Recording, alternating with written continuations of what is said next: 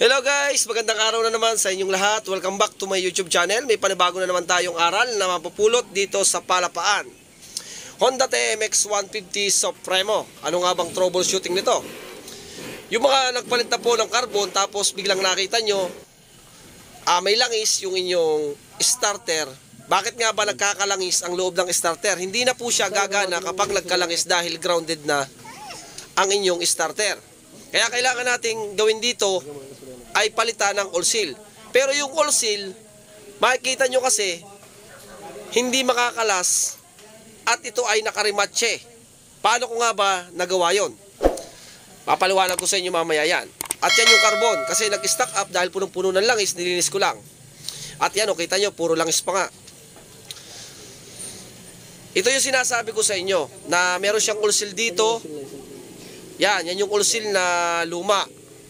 Yan guys, yan yung lumang oil seal. Tapos may nakalagay na ganito, na washer na special. Pero siya, yung washer niya nakapix. Pinunggal na namin yung apat na nakadikit doon sa ano yan. Yan, pinunggal na namin. Tapos pinagrinder lang. Yun, nagkaige. Tapos makukuha nyo yung oil seal. Pero yung oil seal, wala tayong mabibili. Pero may idea ako sa inyo. Ganitong oil seal ang bibili nyo. Honda CIS 100, 13.7. Yun po yung size ng oil seal. Kaya laking tulong po yan sa inyo. Medyo manipis pero walang problema siya. Basta mahalaga, tama yung gitna, tama yung tagiliran. Yan yung mahalaga. Lilinisin muna natin para walang langis yung ating starter motor. Dahil napapasok ng langis. Kaya shoutout po sa Philippine Motorcycle. Tapos po sa Honda Supremo Mix Gen. Yan, lalo na po kay Faisal Abdul Gani. Maraming salamat po sa inyo. Yan, shoutout po ng marami. At syempre, hindi natin kakalimutan i-shoutout si Ferdinand Corpus Columbia. Isa rin siyang admin sa MixGen Supremo. Yan, shoutout po sa inyong dalawa ni admin natin. Yan, si Abdul Gani po. Maraming salamat po sa inyo mga admin.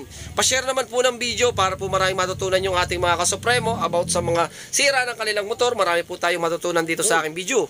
Lalo po yan, dito sa starter. Sabi daw po nung gumagawa nito ay palit na ng starter. Pero yan, may pag-asa pa. Kaya malaking bagay po ito para sa mga Supremo nyo. Huwag kayo magpapalit agad ng starter dahil may kasukat na oil seal yan kagaya ng aking inilagay na oil seal. C100 po yung oil seal niya. Ibig sabihin ng C100, Honda Dream. Pareho po yan. Yan po yung ating ilalagay. Marurunong na naman kayo maglagay ng ating carbon. Kaya guys, panoodin nyo na lang yan. Napakadali lang po niyan. Kasi nga, nagkakalangis. Basta nagkakalangis, sira po yung oil seal. Paano ko natanggal yung oil seal? Pinagrinder ko lang po yung apat. Walang problema po yan. Kahit po yun ay tanggal. Dahil yun po ay pinaka-washer lang doon sa oil seal. Basta yung oil seal nga pala guys, ilalagay ninyo. Huwag nyong ilulubog ng ayos yung oil seal kasi medyo manipis. Kailangan pantay lang yung oil seal. Yan. Maraming salamat po sa lahat. Yung hindi ka pa po nakaka-follow sa aking page, Palapaan John Ray P, papalaw naman po at subscribe po sa aking YouTube channel. Maraming salamat po. At huwag mo rin kakalimutan guys na lagyan ng grasa yung dulo dahil mag-iingay kapag walang grasa yung dulo. Naugong po kapag walang grasa. Naingay na parang palaka. Okay guys, laking bagay po yan. Marunong naman kayo maglagay ng ating carbon. At pasensya na nga pala kayo kung madumi yung kamay ko kasi katatapos lang natin mag-overhaul. Sinangat ko lang po itong Honda Supremo ni Sir dahil wala na, hindi na gumagana yung starter. At yung tamang lagay nito, tatandaan nyo po yan, meron naman siyang marking. At yung malaki na mahaba ay dun sa dulo. Pagmastan nyo na lang yung ginawa ko. Ito yung sinasabi ko sa inyong washer na walang problema siya kahit siya ay pauga-uga dyan. Dahil yan naman ay nakapix lang. Yan o. Hindi naman gagalaw yun, walang problema yun. Kahit umikot yun dun, walang problema yung washer na yan. Okay, yun lang yung pagtatanggal ng oil seal. Grinderin nyo lang yun. Bahala na kayo kung anong gusto nyong grinder. Basta po, mag-grinder nyo ng ayos yon at matanggal nyo yan. Okay.